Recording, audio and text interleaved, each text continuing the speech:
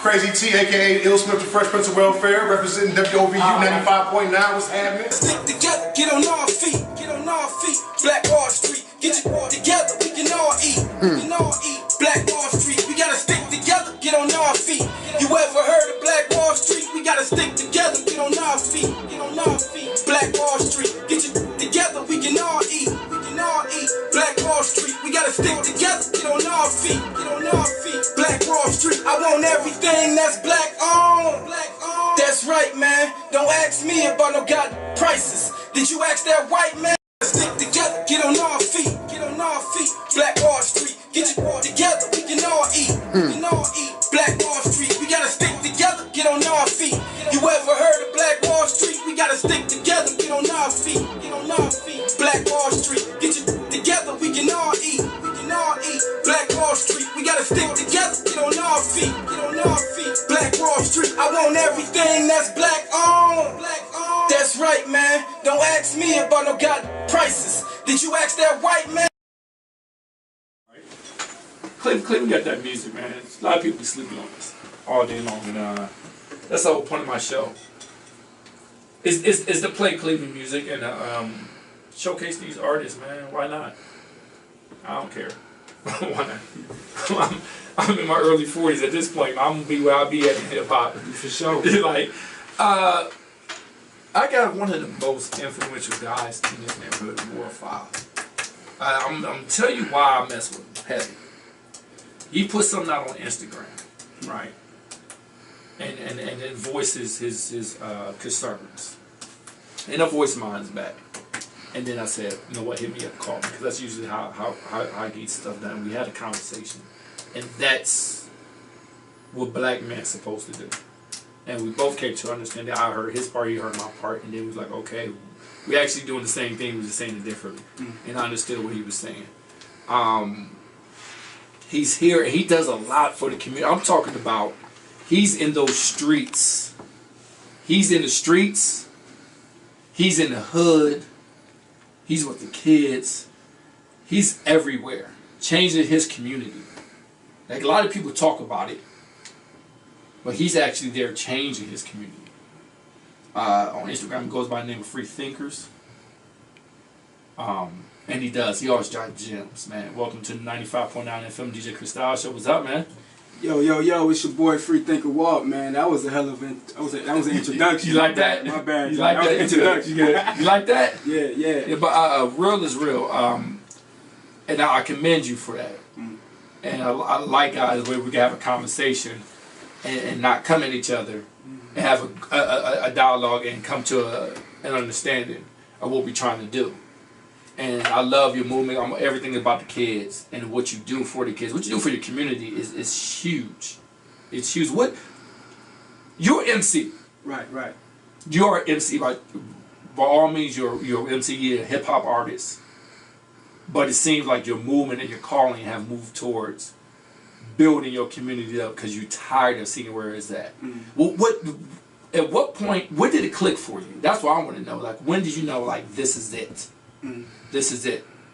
I mean, well, it's always been that. Like, it's always been that for me. And, you know, just getting out there and talking, people will look at you funny. Like, I don't want to hear you preaching, man. I don't want to hear that. You know what I'm saying? Like, what separates you from everybody else that was telling us this before? So I'm like, well, let me figure this out. You get what I'm saying? So I started to put it into a music form. So all the jewels that I would drop on a regular to the young homies just by talking to them, I started to put it in music. So that was the only reason why I started to make music, was to get to the young homies, because I knew through fashion and music was the only way you could reach them. All that talking to them, because they couldn't talk to me. You know what I'm saying? Like the older homies, I didn't want to hear it. It was maybe 1 or 2 examples in the community that was doing something positive. But other than that, I didn't want to hear it. I was going towards all the other negativity. You know, the cats in the neighborhood with the drugs and the cars and the money, the clothes. That's where I wanted to be. So, and I also wanted to follow the rappers. Right. Okay, these rap dudes nice. You know what I'm saying? I want to get with these rappers. They got the chains and all that. So I figured if I put the jewels and the positivity in a rap form, I could reach the young homies. So it's always been about changing the community. I just tried to get away. I had to figure out another way to reach them, and it was through rap. And you're reaching the kids now. Your thought process and what you do for the community is good. Do you see how much support are you getting? You know a lot of people in this world. You know a lot of people that's up the way, down the way. You know a lot of people in this area. A lot of rappers, a lot of people that's in the hip hop community. How many of these guys are really reaching out to you to help you out for this? Because we always talk about we need to get together as artists. We need to get together to this. Always talk about the music, but we never talk about getting inside the community and using our resources and getting inside the community to change this culture, to change what we see every day from 55th all the way up through Kisman. Yeah. You know, do you get any help on that standpoint? I get help. Well, when I first started, man, I was going to these places. I was up the way, EC, St. Clair, Wade Park. This when I first started 6 years ago. So I was everywhere. So I already had the opportunity to work with 90% of the city. Like, you know, anybody that was doing something positive, I reached out to them early stages in my career. So, you know, it may seem like I'm not working with as many as people as I did, but I mean, as like right now, but I already worked with them. So yeah, I had a lot of support, man, over the years. You get what I'm saying?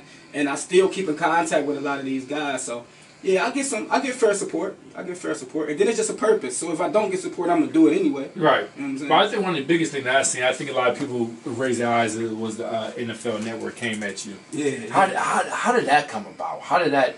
Not just NFL. It was NFL Network. It was other media that tapped in with you. Like how did that come about? So I'm a central ambassador, and what a central ambassador is just somebody that's in the central community in a leadership role. People that the kids gravitate to, the elders gravitate to. So I was nominated to be a central ambassador.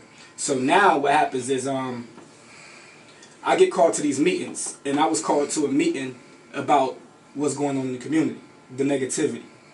And just so happened, I get called to a meeting with the NFL Network, and the NFL Network was doing a whole segment on systematic oppression. You know what I'm saying? So I was like, yeah. But they called it social justice. So it was the whole Colin Kaepernick situation going on and how he canceled his workout. It was that week. So what happened was they How gave... fitness. Man, dope. It was like, I was like, wow. Like, they couldn't have got a better person. Because I had already been tackling this issue. So when they called me, so I go to the meeting.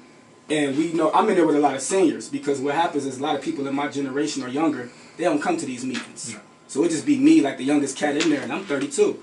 Everybody else be 45, 50, 60. So I'm in this meeting. And you got CMHA officers in there, senior citizens, and a lot of white people, just, camera people just around, just capturing the story. So I'm voicing my opinion on what's going on in the community, how I grew up, how many times I got arrested, how I overcame that. And then from there, some guy just pulled me to the side, like, we want to talk to you one-on-one.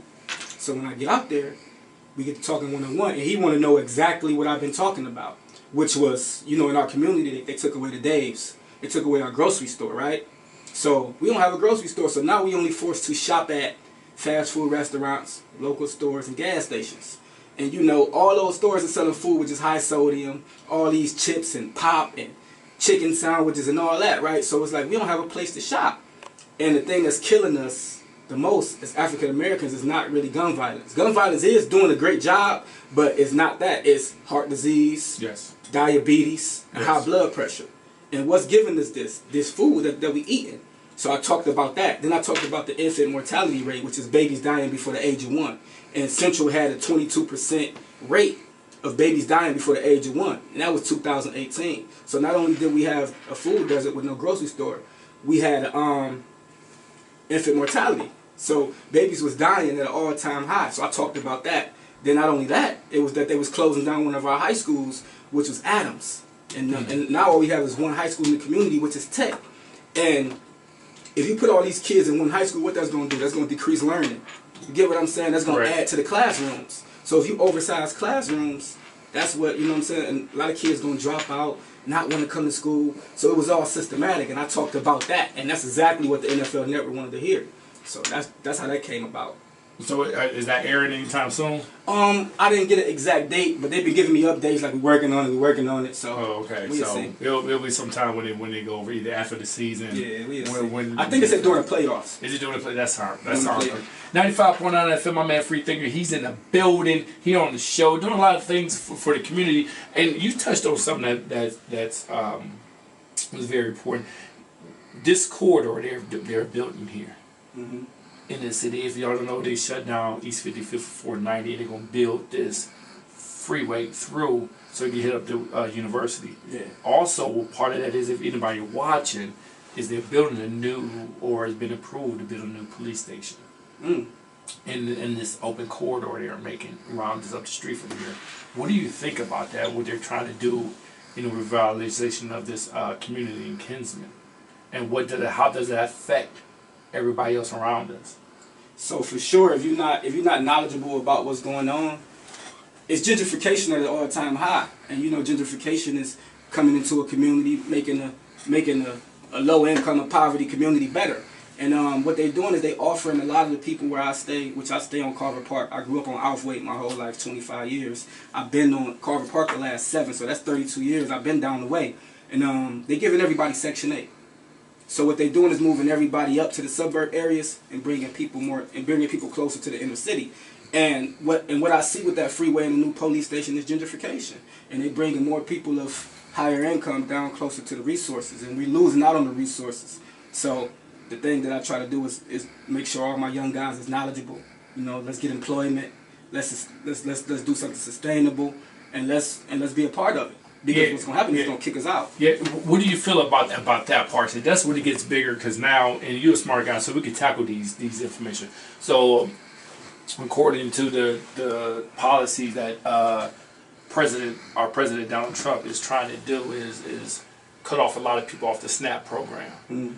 You got to have a certain job, certain hours. I didn't read the description, so don't quote me on anything that is corrected by that, but I know that's on the table. How would that affect our community right now, including with this gentrification that's going on, where they're trying to revitalize this central area? And they are trying to bring in a lot of black businesses in this area too.